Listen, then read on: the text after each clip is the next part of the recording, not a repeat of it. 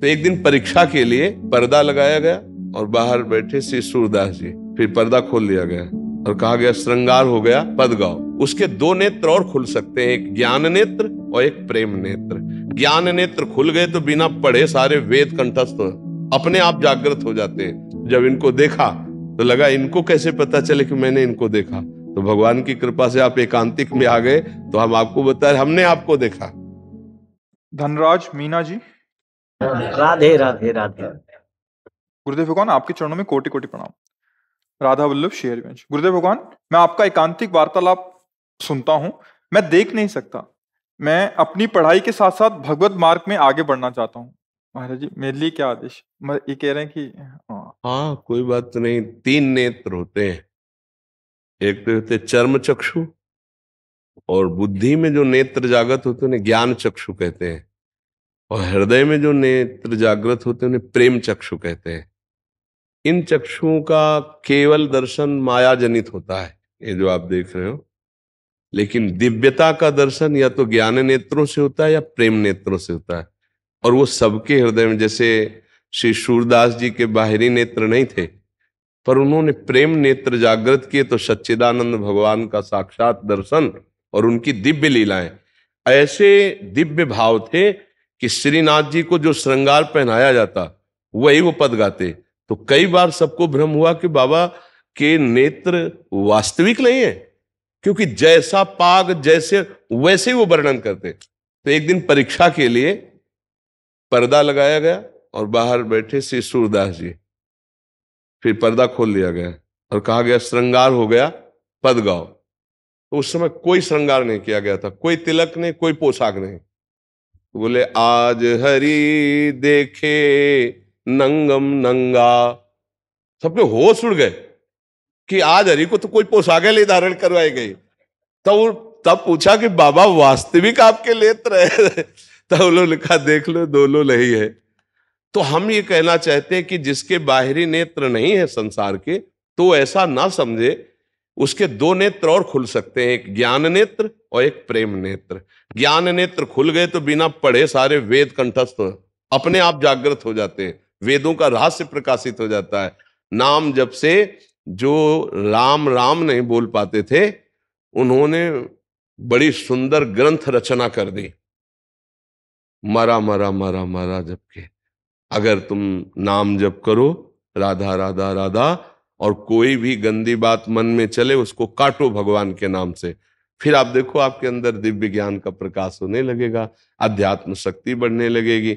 बिल्कुल निराश ना हो कि मेरे बाहरी नेत्र नहीं है तो मैं कुछ नहीं कर सकता, ऐसा नहीं है। दो नेत्र और हैं जिनको आप जागृत करो। ये नेत्र तो बहुत स्त्री पुरुष जड़ चैतन्य बुरा भला यही देखते हैं, और क्या देखते हैं। अच्छा हुआ कि भगवान के मार्ग की तरफ आपका झुकाव हो गया, नहीं तो मन में रहता कि मेरा जीवन तो सबसे गिरा हुआ जीवन है। नहीं, बिल्कुल नहीं है। आप नाम जप करके सबसे महान बन सकते हैं। कितने ऐसे, देखो बिल्व मंगल जी ने तो अपने नेत्रों को फोड़ ही दिया था, इसीलिए कि ये संसार देखते अब मैं कृष्ण को देखना चाहता हूं। तो आपके ऊपर कृपा है, आप कोई ऐसा न सोचे कि मेरा अभाग्य है कि मेरे बाहरी नेत्र नहीं। तुम अंदर के नेत्रों को प्रकाशित करो, नाम जप करो और अच्छे भाव रखो। भाव से ही दिव्यता आती है। जैसे बाजार में भाव से ही सामान की महिमा है, जिसका जितना भाव चढ़ा होगा बढ़ा होगा उतने बढ़िया वो सामग्री मानी जाती। नहीं, हमारा हृदय भी अगर भाव में बढ़िया बढ़ जाए तो भगवान कहते कि जहां भाव होते हैं वहीं मैं प्रकाशित होता हूं। भाव का भूखा हूं मैं, भाव ही एक सार है, भाव से मुझको भजे तो भाव से बेड़ा पार है। भाव बिन सुनी पुकारे मैं कभी सुनता नहीं, भाव प्रेरित टेर ही करती मुझे लाचार है। इसको भाव प्रकट करने के लिए अंदर चाहिए, अंदर नाम जप करो, अच्छे भाव रखो तो लौकिक और पारलौकिक दोनों उन्नति होती है। भगवान के नाम जप से इह परलोक सकल सुख पावत, मेरी सो भैया कृष्ण गुण संचु। इस लोक और परलोक में सब जगह सुख की प्राप्ति होती है।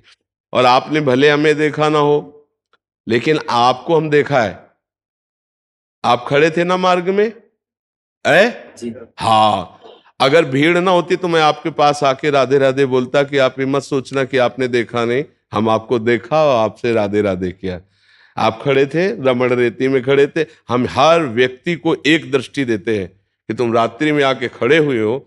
जब इनको देखा तो लगा इनको कैसे पता चले कि मैंने इनको देखा। तो भगवान की कृपा से आप एकांतिक में आ गए तो हम आपको बता रहे हमने आपको देखा। आपने हमें देखा कि नहीं देखा? ओ हमने आपको देखा तो बस आप समझ लो फिर देखा। अब तो आप अपने सौभाग्य को सराहिए। वृंदावन में आए, आप ऐसे भाव से आए।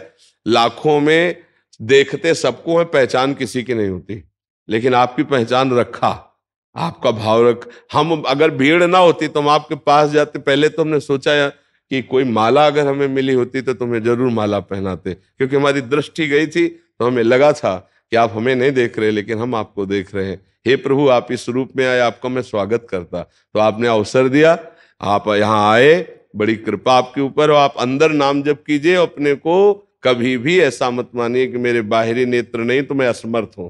नहीं, जो सर्वलोक महेश्वर है वो नाम जापक के साथ रहता है। अगर हम नाम जप रहे हैं तो भगवान हमारे साथ है, हम अकेले नहीं हैं ना। देखो, कई लाख पदों के रचयिता हैं सूरदास जी, और एक भी अक्षर का कोई पढ़ाई लिखाई नहीं, कई लाख पद के रचयिता। ये है आध्यात्मिक नेत्र, आध्यात्मिक ज्ञान। कई लाख पद की रचना करने वाले महापुरुष। तो आप नाम जप कीजिएगा, ठीक है? सत्संग सुनिए और नाम जप कीजिए।